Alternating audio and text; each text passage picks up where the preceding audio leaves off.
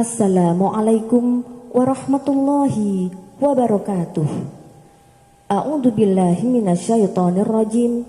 Bismillahirrahmanirrahim.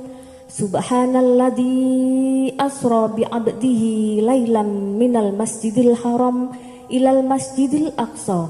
Wassalatu wassalamu ala sayyidina Muhammadin alladzi kanat hasanatu ula tuqsa wa ala alihi wa ashabihi wa ahlihi sidqi wattuqa. Amma ba'du. Al-mukarramin, para alim ulama yang senantiasa dimuliakan Allah subhanahu wa ta'ala, para sahabat-sahabatku semuanya dimanapun berada yang saya cintai. Teriring puji yang tak pernah berhenti hanyalah milik Allah yang maha suci. Salawat serta salam semoga tetap terlimpahkan kepada junjungan kita Nabi Muhammad sallallahu alaihi wasallam, Nabi yang telah menuntun umat manusia dari masa yang hina dan keji menuju masa yang aman dan damai. Sebelum kita mulai, marilah kita berdoa bersama. Allahumma barik lana fi Rajabah wa sa'bana wa ballighna Ramadana. Sahabat-sahabat semua yang saya cintai, manusia itu hidup dalam 3 dimensi waktu: masa lalu, masa sekarang, dan masa yang akan datang. Masa lalu katanya adalah kenangan, masa sekarang adalah kenyataan, dan masa yang akan datang adalah impian, harapan, ataupun cita-cita. Orang yang baik adalah orang yang pandai mengambil pelajaran dari masa lalu untuk dapat menentukan sikap pada hari ini sekaligus merencanakan hari yang akan datang. Sehingga hari ini harus lebih baik daripada hari yang kemarin, dan besok harus lebih baik daripada hari yang sekarang. Dalam konteksnya, pada pertemuan kita kali ini, kita akan membahas tentang hikmah Isra Mi'raj. Satu peristiwa masa lalu yang tetap tidak kehilangan relevansinya untuk kita jadikan pelajaran bagi kita yang hidup pada abad 21 ini. Kalau kita perhatikan, hampir setiap bulan di dalam Islam itu mempunyai nilai-nilai sejarah. Kalau kita bicara Muharram, kita ingat peristiwa hijrah. Kita bicara Ramadan, kita ingat peristiwa nuzulul Quran. Kita bicara Dzulhijjah, kita ingat peristiwa kurban. Dan kalau kita bicara tentang bulan Rajab, maka kita diingatkan dengan peristiwa Isra Mi'raj. Sebagaimana kita tahu bahwasanya Al-Quran itu bukan kitab sejarah, tetapi Al-Quran di dalamnya banyak menceritakan peristiwa-peristiwa bersejarah. Sebagaimana yang kita baca di dalam surat Bani Israil ayat yang pertama. Bismillahirrahmanirrahim. Subhanalladzi asra bi'abdihi lailam minal masjidil haram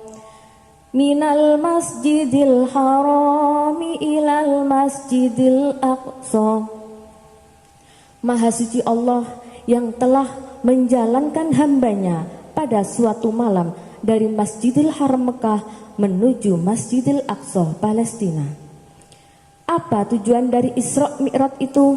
Kalau kita lihat di penghujung ayat, linuriyahu min ayatina, keseluruhan perjalanan yang ajaib itu untuk kami perlihatkan kepada Muhammad sallallahu alaihi wasallam sebagian kecil dari tanda-tanda kebesaran Allah untuk disampaikan kepada umatnya, lalu dijadikan pelajaran bagi kita dalam mengarungi kehidupan ini. Lalu tujuan dari Isra Mi'raj yang kedua adalah menerima perintah sholat 5 waktu. Dari segi menerimanya saja, sholat itu sudah istimewa. Sebagaimana hadis Nabi Muhammad sallallahu alaihi wasallam, innama mathalus sholati fid din kamathali ra'si fil jasad. Kedudukan sholat di dalam agama itu sama halnya kedudukan kepala di dalam anggota badan. Apa sih manfaat dari sholat itu? Manfaat dari sholat yang pertama itu adalah mengajarkan kepada kita untuk menjadi pribadi yang rendah hati, untuk menjadi pribadi yang tawadhu. Manfaat sholat yang kedua, mengajarkan kepada kita untuk ikhlas berbuat tanpa pamrih. Manfaat sholat yang ketiga, ini banyak dicari oleh orang zaman sekarang, yaitu sholat dapat memberikan ketenangan dalam hidup. Ketenangan dalam hidup, ketenangan dalam rumah tangga itu tercipta karena sholat. Sholat dapat membawa ketenangan hidup pribadi, hidup bermasyarakat, bahkan hidup bernegara. Inna sholata tanha anil fakhsya'i wal munkar. Sesungguhnya sholat itu dapat mencegah perbuatan keji dan mungkar. Sahabat-sahabat semua yang saya cintai, inilah pembicaraan kita kali ini. Walaupun selintas, tetapi bisa memberikan gambaran dari peristiwa Isra Mi'raj yang pada gilirannya akan memperkuat keimanan kita, akan memperkuat nilai-nilai keimanan kita. Dalam rangka apa yang diperintahkan oleh Allah dan apa yang dilarang oleh Allah Subhanahu wa Ta'ala. Semoga dalam bulan suci Ramadan ini kita dapat memperbaiki kualitas keimanan kita, dapat memperbanyak ibadah kita, yang pada akhirnya kita semuanya ini tergolong orang yang selamat di dunia dan akhirat. Amin ya rabbal alamin. Terima kasih atas segala perhatian, mohon maaf atas segala kekurangan.